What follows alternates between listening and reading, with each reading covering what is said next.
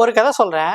அந்த கதையில உங்களுக்கு என்ன புரிஞ்சிருச்சு அப்படின்றத வீடியோ ஃபுல்லா பார்த்துட்டு எண்ட்ல கமெண்ட் பண்ணுங்க. ஓகேவா?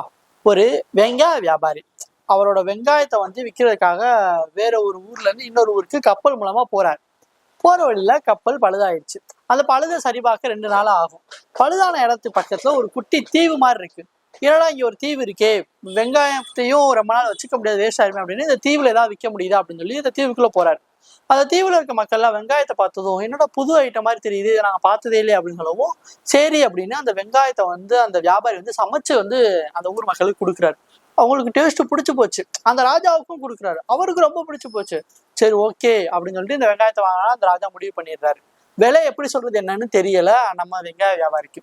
அதனால நம்ம ராஜாவே ஒரு முடிவு பண்ணி ஒரு வெங்காயத்துக்கு ஒரு தங்க காயின் அப்படின்னு சொல்லி கொடுக்க ஆரம்பிச்சிடுறாரு.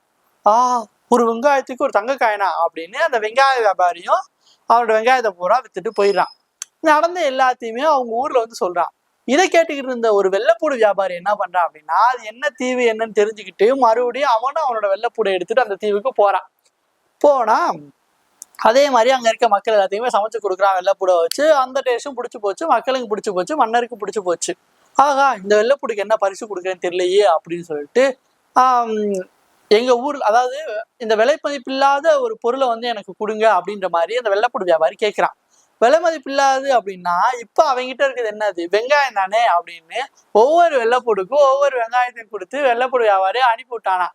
இது என்ன தெரிய வருது, ஆக்சுவலா ஒருத்தரோட சக்சஸரை நம்ம ஃபாலோ பண்ணலாம், ஆனா அப்படியே தான் ஃபாலோ பண்ணணுமா அப்படின்றது கிடையாது. ஒரு சிலருக்கு ஒரு சில ஸ்ட்ராட்டஜி ஒர்க் அவுட் ஆகும், ஒரு சிலருக்கு ஒர்க் அவுட் ஆகாது. அப்படின்றது இந்த கதையில இருந்து நான் கத்துக்கிட்டது. நீங்க என்ன கத்துக்கிட்டீங்கன்றத கமெண்ட்ல சொல்லுங்க.